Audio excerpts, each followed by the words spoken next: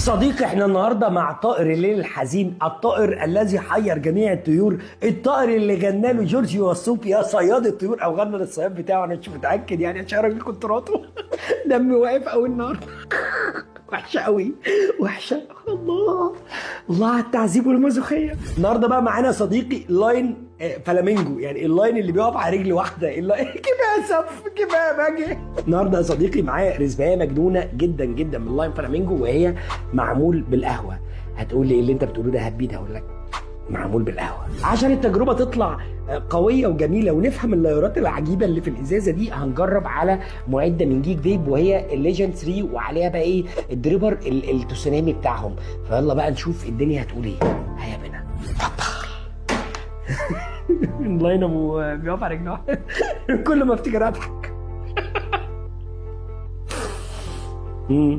يا نهار ازرق. ريحه معمول بجد، ريحه معمول بدماغ قهوه، يعني مش فاهم حاجه.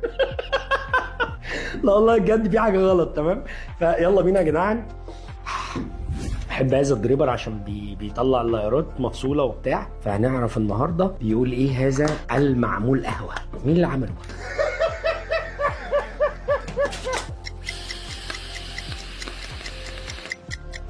واو. بسكوت، بسكوت عليها نسبة كريم عالية قوي، بس القهوة متحزمة.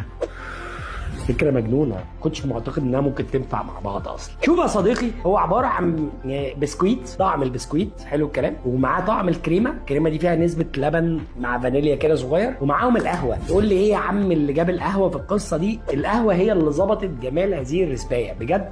رزباية مجنونة جدا من لاين فلامينجو، معمول قهوة. قهوة عبارة عن بسكوت ومعاها قهوة ومعاها كريمة. حاجة مجنونة جدا، لازم على الأقل تجربها مرة عزيزي الفييب دي ال. لازم تجربها بجد، غريبه وجديده وحلوه. السكريات فيها مظبوطه، السكريات فيها حلوه، الكريمه فيها مش عاليه قوي، نسبه الفانيليا فيها معقوله، نسبه القهوه فيها 10/10. وهي دي اللي عملت او صممت هذه الزجاجه.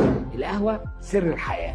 وانا بقى هروح عند الدقي اجيب ربع معبود، عارف انت مخصوص، واطلع اجيب بقى ايه حته بسكوت، واروح بقى ايه اجيب فينو لابويا وانا راجع. سلام.